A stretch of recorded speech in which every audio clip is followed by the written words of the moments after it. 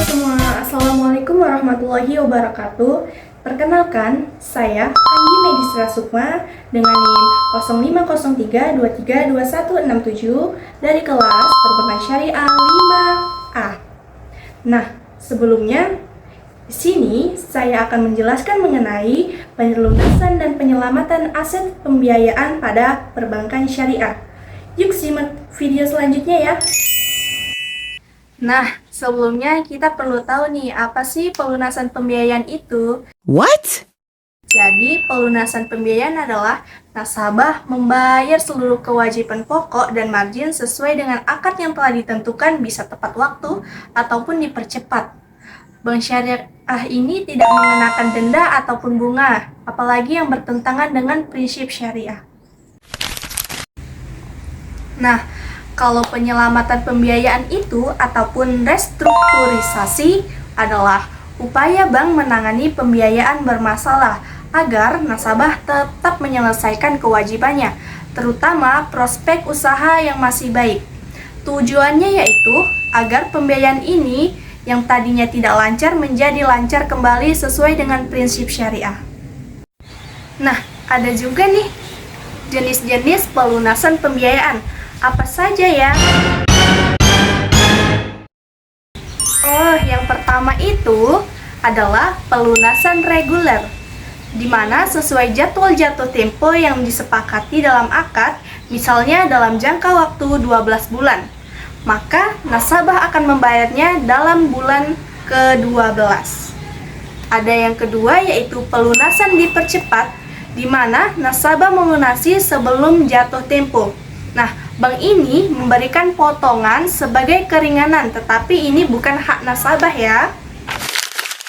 Oh, ada lagi nih teman-teman. Yaitu pelunasan restrukturisasi melalui penjadwalan kembali, persyaratan kembali, dan penataan kembali akad untuk nasabah bermasalah. Nah, yang terakhir adalah pelunasan agunan. Melalui pelunasan agunan ini ataupun dilelang sebagai pilihan terakhir jika nasabah sudah tidak mampu lagi membayarnya. Maka solusi terakhirnya adalah pelunasan agunan, yaitu dengan cara dilelang. Teman-teman, adapun manfaat pelunasan dipercepat ada bagi bank syariah dan bagi nasabah. Untuk bagi nasabah itu, yang pertama manfaatnya adalah penghematan biaya. Nah, ini bisa mengurangi total pembayaran melalui potongan. Yang kedua, peningkatkan likuiditas. Nah, ini maksudnya kita bebas dari cicilan dana, bisa kita perlukan untuk investasi ataupun keperluan lainnya.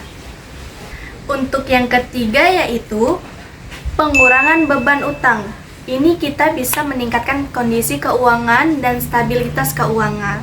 Nah, bagi bank syariah itu yang pertama, peningkatan pendapatan ataupun aliran kas yang lebih cepat. Yang kedua, kepuasan nasabah membangun loyalitas dan kepercayaan bagi nasabah.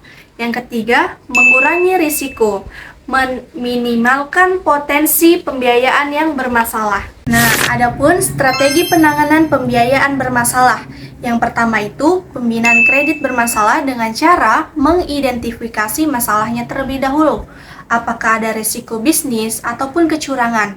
Nah, selanjutnya pendampingan debitur dan penagihan intensif. Yang kedua, pembiayaan restrukturisasi.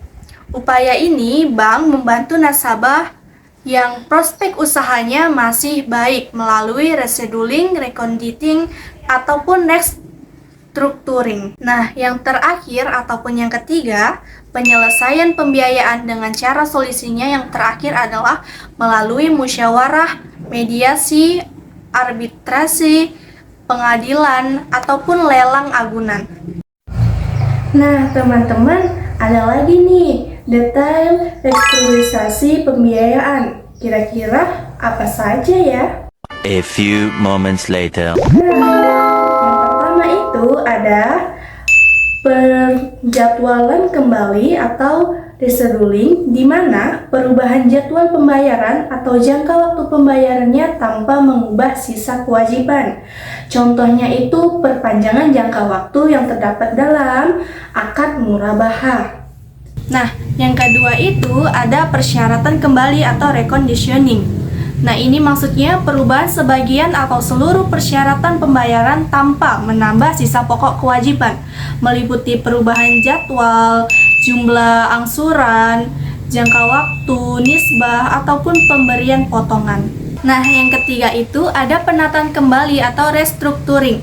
Maksudnya, perubahan persyaratan pembiayaan yang lebih kompleks seperti penambahan dana, konversi akad, ataupun konversi menjadi penyertaan modal sementara. Terdapat juga nih prinsip persyaratan dalam pelunasan pembiayaan. Ada kewajiban melunasi hutang. Nah, nasabah itu wajib memenuhi akad dan melunasi utang sesuai dengan Quran Surah Al-Maidah ayat 1. Nah, selanjutnya yang kedua itu ada pengalihan piutang ataupun hiwalah. Nah, pengalihan piutang ini dari nasabah yang tidak mampu ke yang mampu sesuai dengan hadis yang berlaku. Nah, yang ketiga ataupun yang terakhir adalah agunan ataupun jaminan yang dengan dilelang. Eksekusi agunan ini adalah pilihan terakhir jika nasabah itu gagal melunasi hutangnya ataupun tidak mampu lagi. Kita simpulkan, pelunasan dan penyelamatan aset pembiayaan adalah kunci manajemen risiko bank syariah. Tujuannya adalah menjaga keberlangsungan usaha nasabah dan meminimalkan kerugian bank dengan pendekatan win-win solution yang adil dan sesuai dengan prinsip-prinsip syariah. Dan sekian penjelasan ataupun pemaparan dari saya. Sampai jumpa di video selanjutnya ya.